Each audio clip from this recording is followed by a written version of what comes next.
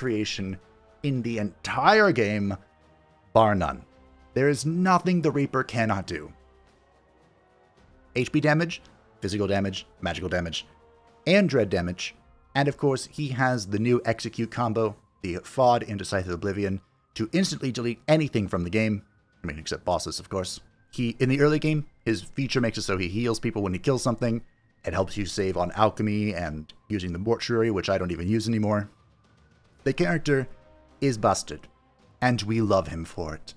And the best thing is when you make 4 of them, you just get to do unlimited shenanigans. It's great. It's fantastic. And that was my very first tier list. This is where I think the creations stand as far as their versatilities and strengths. Remember, as I said, even C-rank units, Fallen Dhampir, can be exceptionally useful. This is not a ranking of their overall power, just how they are kind of bare naked, and the strategies that have developed over time around them.